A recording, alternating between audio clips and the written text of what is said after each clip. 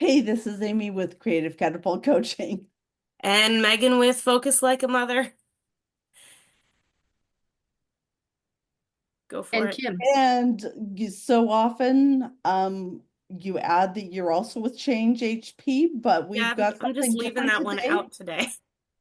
I was going to say we are doing something different. We've got our first podcast cast on Control Alt Think Conversations with Neurodivergent Minds, and we're about to start outing some people who choose to be. Choosing to boldly go. Choosing to boldly go. So we welcome our very first interview guest, Kim. And so we've talked a little bit beforehand and um, gone through and kind of picked out just like 5 questions that we'll go through. And that'll just give us all a chance to get to know Kim and her experience and her perspective. Yeah. And so just for context, this is something I've thought about doing for years. It's like usually there are some really cool people out there doing some really neat things with their life. And I just have always thought it would be fun to talk to different people and get their perspective on how they got where they are. I think that's really great. And I'm also a believer in the power of story and how sharing our experiences and hopes can, give us ideas and kickstart new and awesome things in our own lives. Well, welcome. Thanks for joining us. And I'm excited that it'll just give another perspective to validate and kind of, there'll be lots of people going, oh, yeah, yeah, me too, or I get that. Um, so with that, Amy, I can start with the first question. I've got the list of our questions up. Sure. Sounds good. All right. So, Kim, our first one is, how has your neurodivergence shaped your sense of self and identity? Well, and can I back that up for just a second? Hmm. Um, I want to preface this and say that, we are choosing to ask people if they want to identify to share how they identify with a neurodivergent label or not, or if they just want to keep it under general neurodivergence. And really, neurodivergence is just can encompass so many things that it's almost like saying, I have a brain.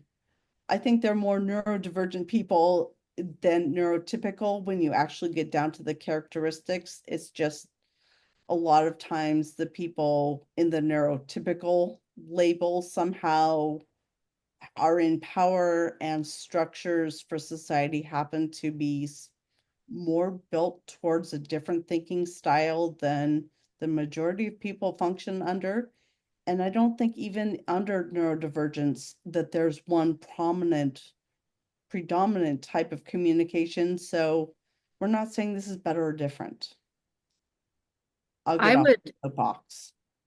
yeah, I would agree with everything you just said, Amy. Um, I think I think one really good way to put it is just going back to high school English.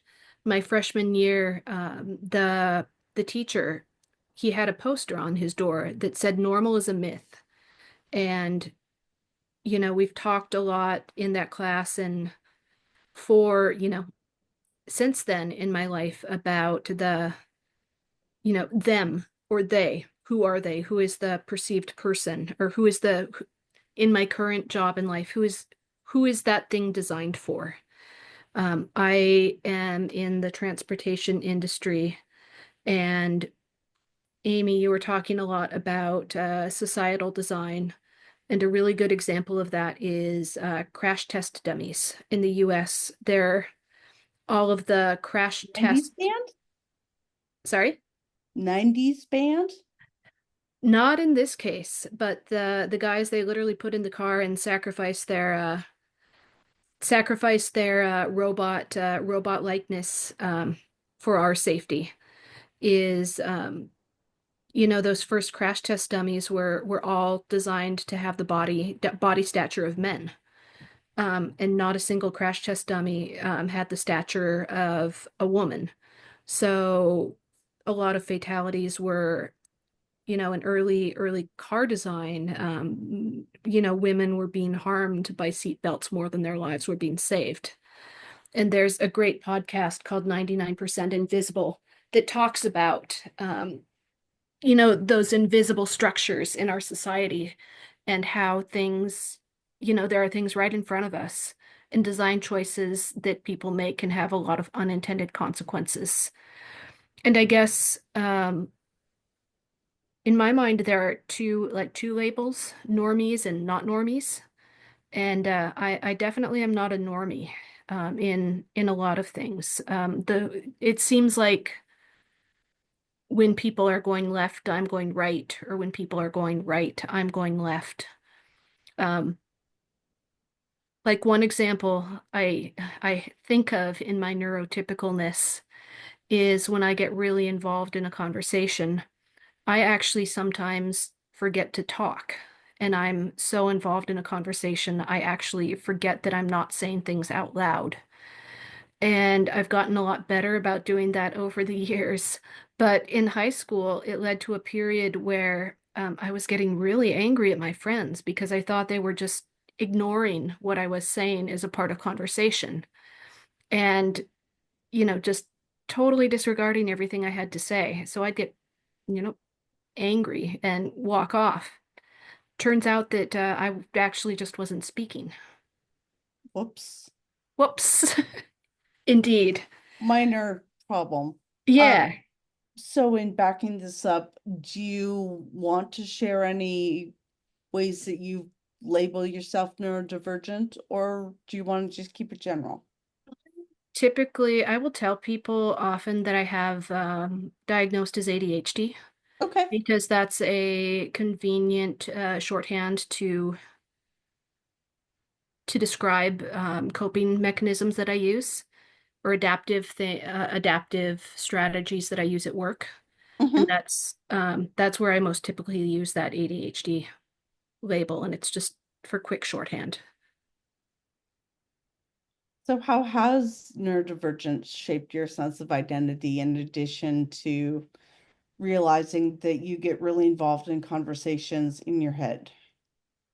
I think early on it led to a lot of frustration.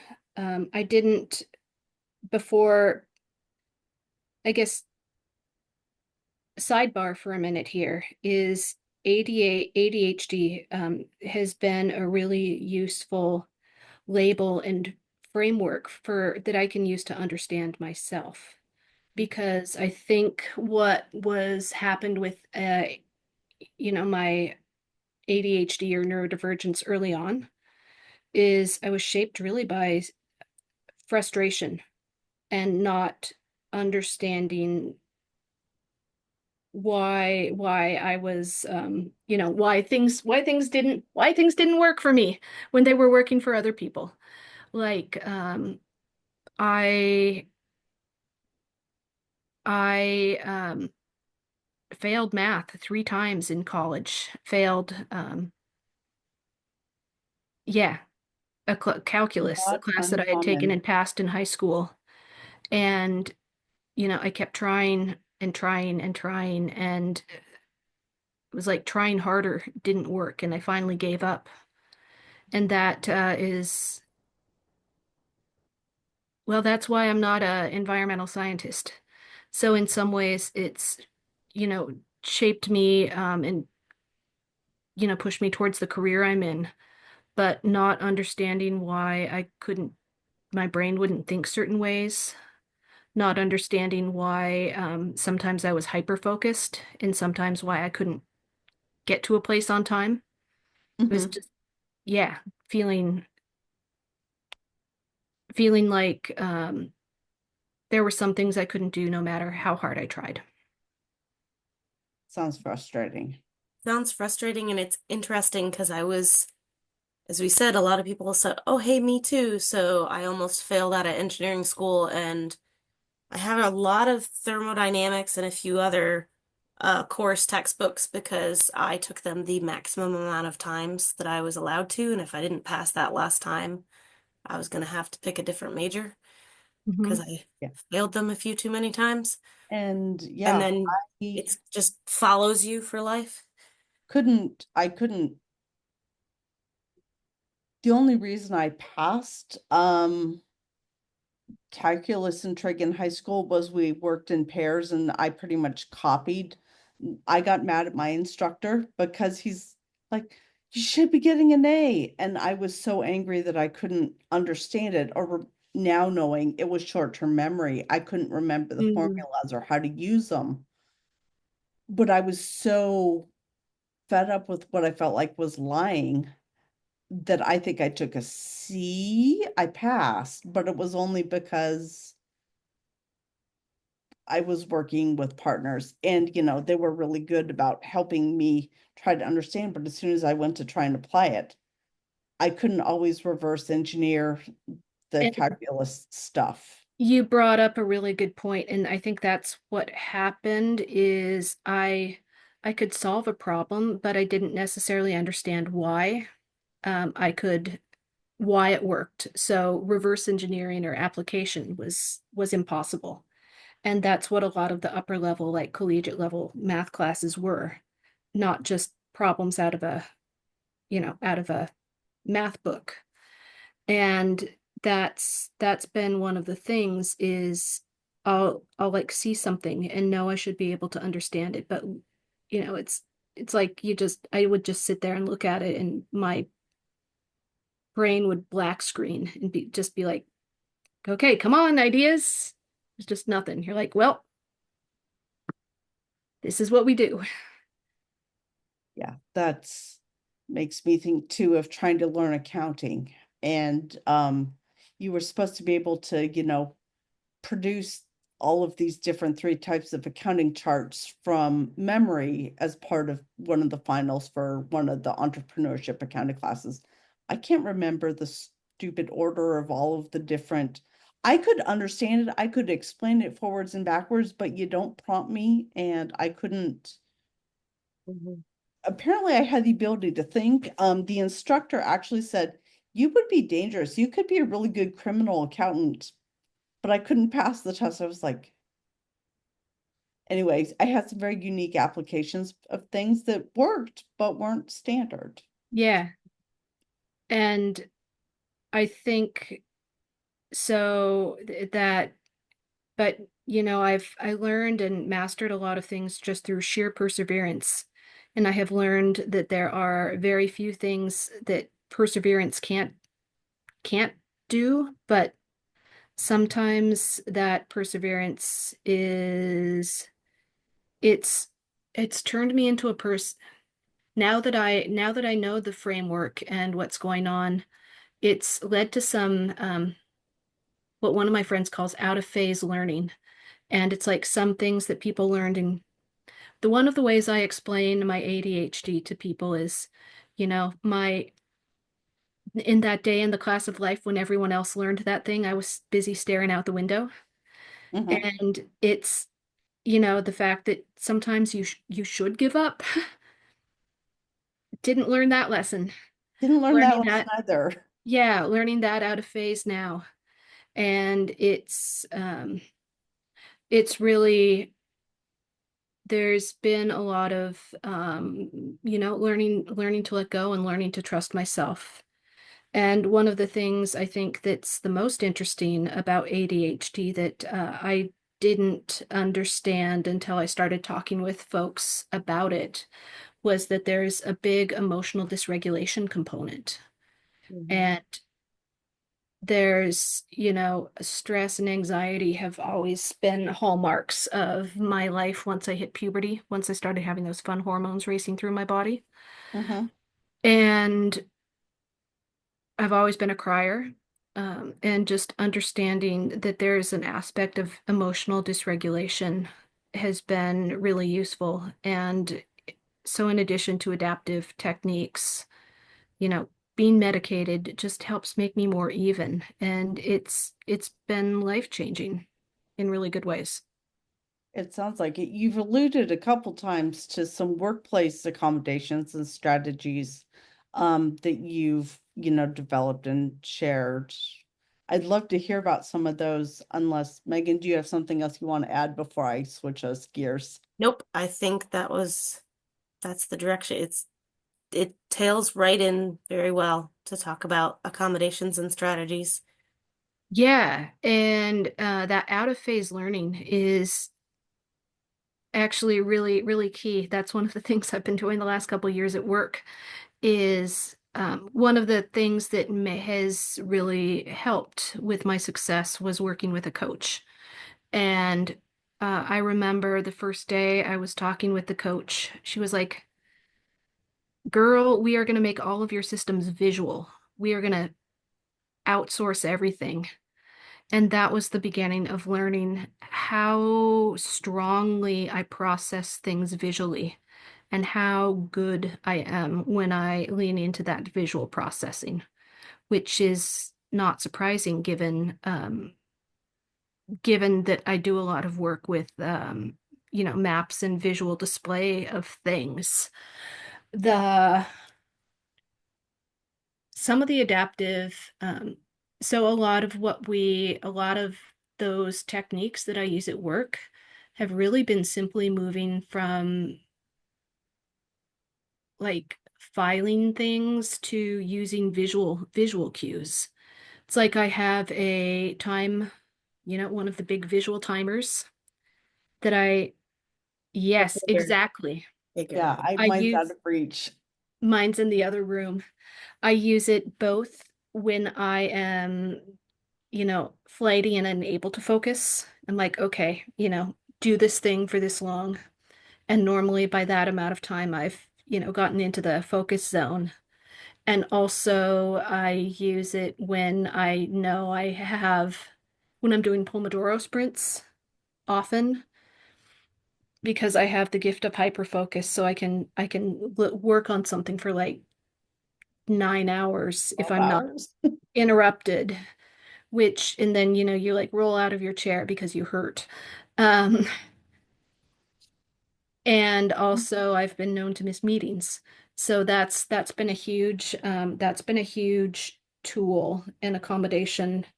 And it's amazing how many of my coworkers I share that with who would identify as neurotypical, and they're like, "Oh, that's a great idea." Um, I think that's another workplace accommodation is realizing that a lot of the tools that I'm using are useful to people of all stripes.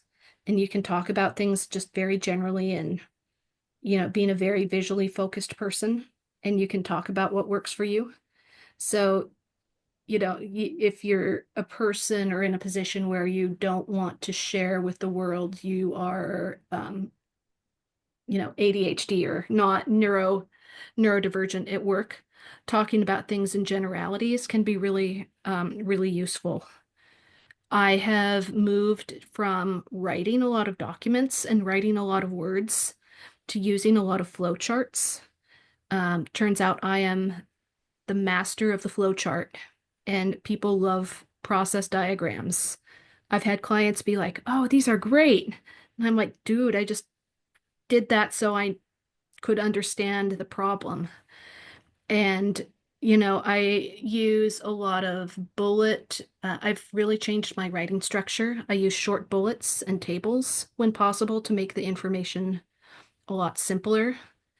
I don't know how you or others experience too many words. Actually be sort of curious.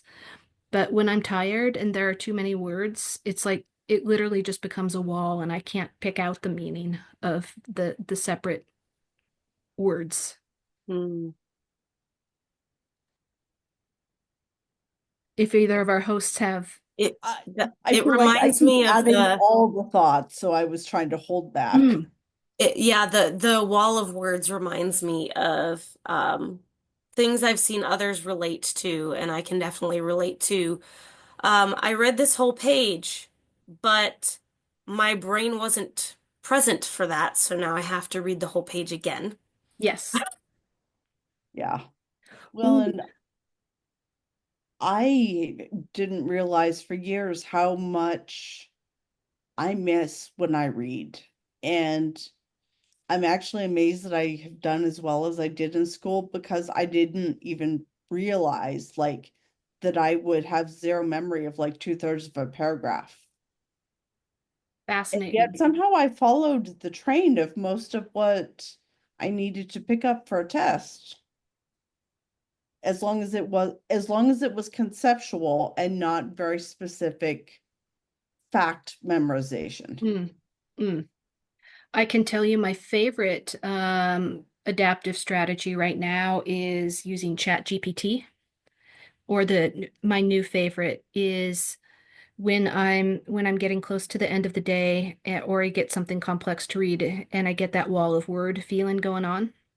I copy and paste it into my GPT of choice and ask it to simplify, or summarize in 3 sentences, or reduce the length by 50% or whatever. Uh-huh. And that I get a summary that's parsable so I can start to understand what it's saying. Mm, Well, and then interestingly too, when I work with like high school or college students, I've really been trying to get most of them to read the chapter summary first at the end and Mhm. then go back because your brain kind of knows what you should be seeing. Yep. Read the intro, read the conclusion, and then skim the chapter. mm. See, and I'm a very good auditory processing, so I have to see something to remember it. So like somebody's name, okay, well, Kim is easy, but if I meet someone and they tell me their name, I am much more likely to remember it if I see it like on a name tag or written down. Interesting. But I didn't discover this until adult life, where I was taking a big, like 4 week training program for a work thing. And I can take near verbatim notes if I'm typing, um, because I can hear every word and process it and type it out. Um, so for me, the audiobook has been an interesting thing because I can listen and process it in a different way than reading it. And now what I've learned in my adult life is that our brains process um, visual things in its differently than we process auditory things. Hmm. So I've learned to actually like combine those things. So when I was in grad school, I would listen to voice to text while reading the text at the same time. Oh, Because it cool. was, and then I would have it on a like my iPad and I would tat highlight or make my notes as I was going. And it was like somebody else was reading it to me and I was just following along. That was probably what made my grad school experience so much different than my undergrad experience. That makes sense. Yeah, I wouldn't have realized until I learned about different processing and that auditory is different than visual. Because I know I'm a visual person, but my brain, uh, somehow hearing it does something different too. Then you can add kinesthetic in there too. A number of people are kinesthetic learners, Mhm. so they learn through, yep, the motion. The Yeah. writing or the yeah. Well, and interesting side note here. Whereas I know that one of the accommodations that people tried to teach me in high school was to type so that I could, output. Um, with the rise of ChatGPT and the computers, s- I've got students this semester that are actually being asked to handwrite things and take a photo of it and turn it in to Mhm. prove Fascinating. that they did it. I was like, Mm. oh, I could see that. Yeah. yeah, it was just like oh wow, and I wonder how that's gonna, impact people with dysgraphia and some of the other challenges that originally typing helped offset, even though there's a lot of knowledge that, writing notes helps you learn it better than typing. Mm. School accommodations versus work. But Mm. So thinking about, we talked about visual and auditory a little bit. Um, Kim, you mentioned sensory processing a little while ago. What kind of sensory experiences do you find most challenging in day-to-day life, and how do you manage them? At the end of the day, I am generally pretty pissed off by my watch. Um, The feel of it against my skin for a long time is is challenging by the fact, pronounced by the fact that as soon as I get home, I take it off and sigh a sigh of relief. Um, I guess other cues, I only wear my glasses when I'm working. I call them my working glasses. And I actually take them off at lunch as well. Hmm. Some of that is due to my eyesight, but that's a cue for me that I'm working. My watch is just there's too much, you know, there's too Touch much input? stimulation and I'm done. I find loud noise to be really puts me over the top fastest, and it's to the point that I don't enjoy loud social events because I have a really hard time like understanding the words people say. Hmm. One of the and if you and I met in a bar or something, you'd think I was hard of hearing because I can't. Yeah, the processing is hard. You would One just of think the I things, wasn't paying attention. I'd be like, huh? yeah, exact what, shiny? One of the accommodations I've learned from my friends that have ADHD is filter like noise filters, and they're not earplugs per se, but like flare earplugs Yeah. that focus the sound, background sound, Mhm. and make it much easier to hear and much more tolerable to hear. Um, a lot of light So at the end what of the kind of day. situations have you used, found it makes a difference as far as processing? Mostly social, like networking events. Interesting. I've used them and it's made it a lot easier for me to stay for longer. Um, I also, when on days when I'm having a really hard time focusing, like I just don't have, words towards the end of the week, or when I'm really stressed, just even any sound will just make me angry. So I do put on my noise canceling headphones sometimes when I'm in the house by myself and my furnace is irritating me. That Sounds tends like to it's be, really variable. yeah, it is really, really variable. And I haven't been able to pin it down, but I know it tends to be related to energy levels and more towards the end of the week or the end of the day. It Mm. sounds like it actually could be a really interesting way to recognize how quickly you'll go into overwhelm. It's like, ooh, if I'm at uber sound sensitive, do you find that you need to be more aware at work? Oh yeah, if I'm in uber sound sensitive territory, I basically need to hit home. Mm.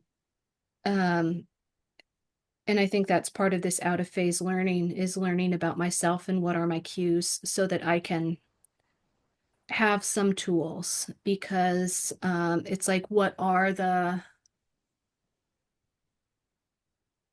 things I'm hiding from myself without intending to? What's the word? Interoception. Picking Mhm. up on those cues for myself isn't always easy. And I guess that's one thing that I really associate with neurotypical people is they're able to interpret the like, oh, my body's telling me I'm tired. It's time to go home. And I'm like, no, I'm having a really hard time finishing this thing, but gosh darn it, I'm gonna finish this because I have to.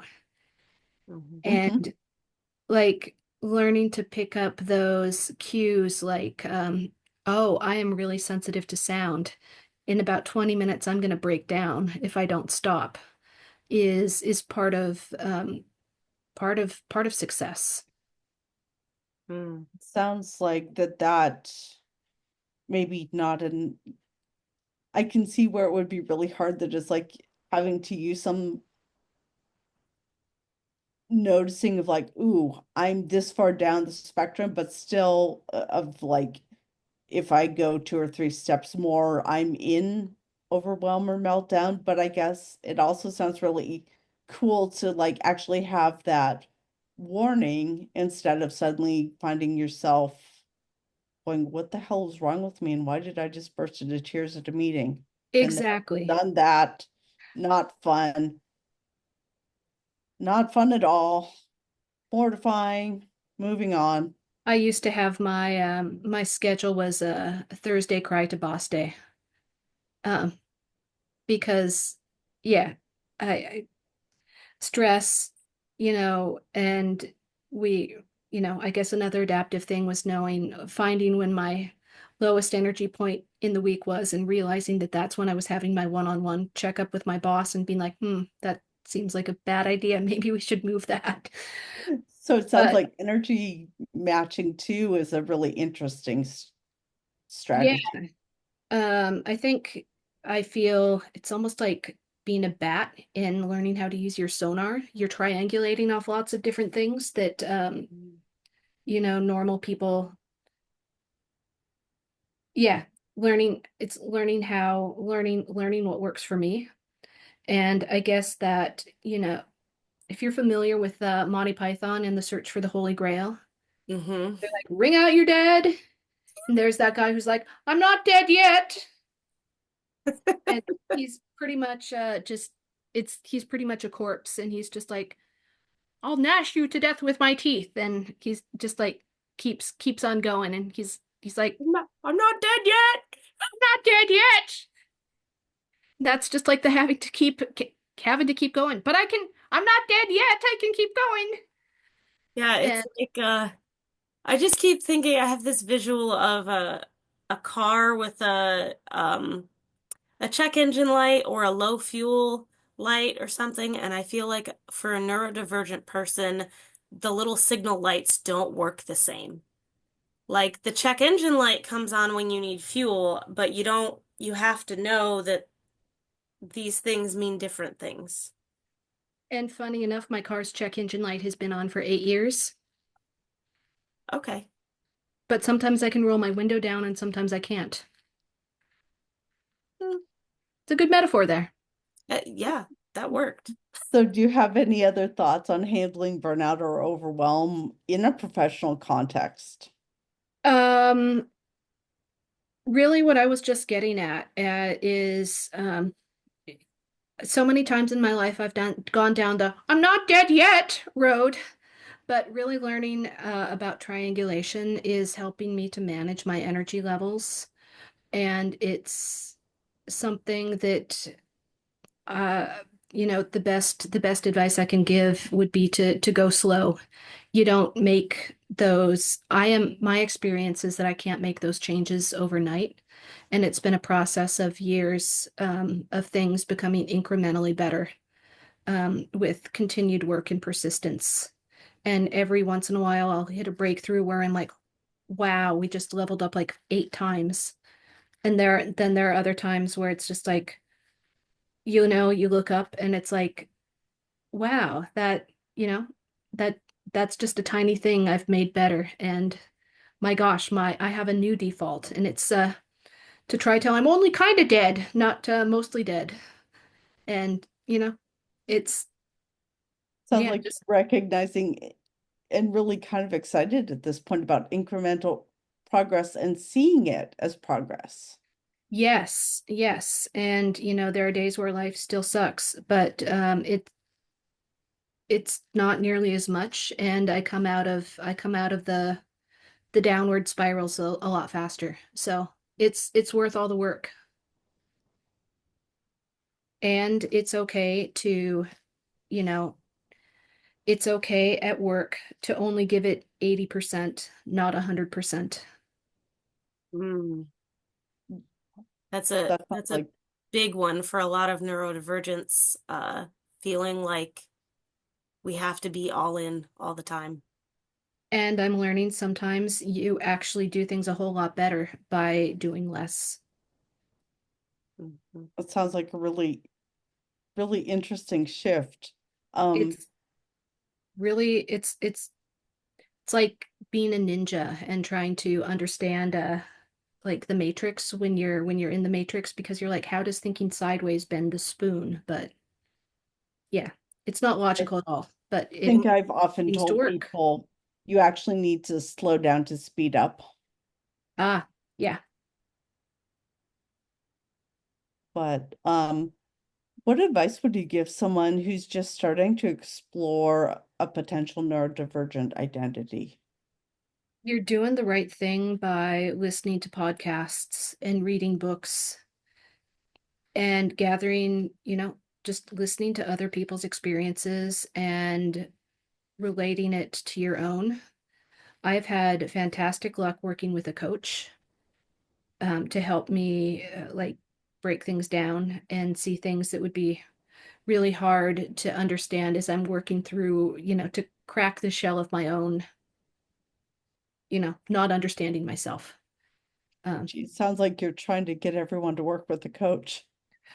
I'm not saying work with, I'm not telling everyone to work with a coach. I think as much as saying that, sharing my experience and saying that that was really instrumental for me. And for all those coaches in your lives, they are good, darn good, useful people.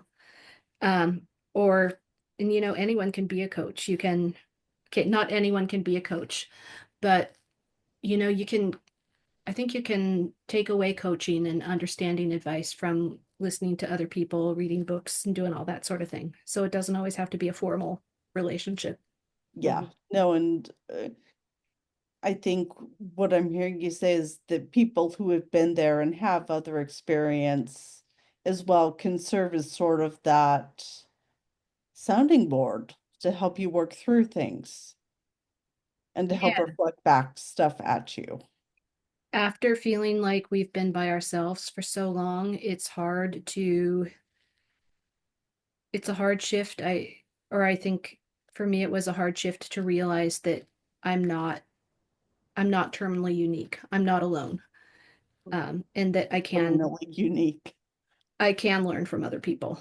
Um, I think one of the themes that I heard kind of all throughout, but especially in your response of the advice, is building self-awareness and continuing to grow your self-awareness and validate your experiences and find new ways to adapt.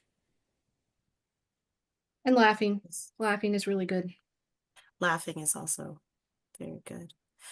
We had one other topic that we kind of touched on before we started the recording, and we don't necessarily have to answer the whole question, but I know that you mentioned books and things. So our last question was, how do you approach conflict resolution with friends or family who may not understand your neurodivergent perspective? And I know before we started, you mentioned a really good book, and we fell down a rabbit hole of books for a few minutes. So, Yeah, the book rabbit hole. One of the most instrumental or the most influential books I've read, gosh, in the last number of years has been Crucial Conversations. And I read it for work with a mentor. And what blew me away about it was like someone just gave me an instruction book on how to have hard conversations. And I remember I was deep in the middle of a steep learning curve, and I would, like try one little thing that they recommended in the book, and I'd be like, "Well, shit, that worked." And be like, "What's on the next page?" And I'm like, "Well, shit, that worked too." And it was just like this successive, like, add to the shared pool of knowledge. And I actually used that in a conversation, those words in a conversation the other day. And but I always, yeah, I think often about that book and the like instructions on how to have a conversation. So out of curiosity, did that apply to all conversations or just with people that don't share the way your brain works? All conversations. Or not all conversations, but a lot of conversations. Maybe not to how's the weather, but That may what not fall under critical conversation. yeah. Um, but a lot of conversations. Well, and when we were just kind of chatting before we started, we talked about that book a little, and then we started talking about neurodivergent and kind of books as manuals. It's Yes. our rabbit Yeah. hole. So Crucial Conversations is one because I could relate to.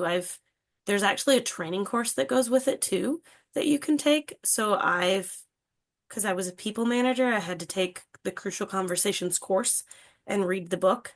Um, and I've found other books throughout just life in general that it's like, oh, oh, that worked. So yeah, what other ways have you found to help connect and help get your communication across with people who may think differently? Everything I need to know I learned in crucial conversations. Okay. I'm only joking. I guess I'm kind of joking about that, but kind of not. Is I guess knowing that I'm not always going to have the right words, and it can make a really big difference in conversations by starting by sharing your intentions. Hmm.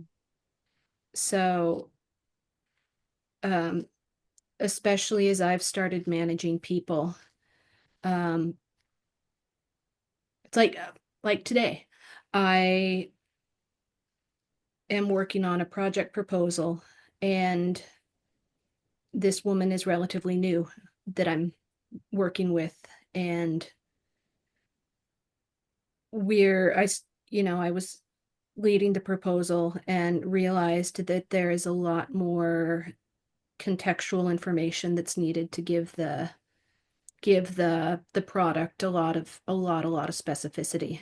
So I wrote huge amount of notes, just like tore things apart, wrote a schedule, advanced our deadline, and I specifically called her and prefaced the conversation by, I want you to know that the reason I, you know, basically tore this thing to shreds that I had said that you were taking the lead on is because I made a, I I read it in more detail and realized that I didn't set you up for success. So let me take you through the materials that I've pulled together, and I want you to work from and reshape what you wrote.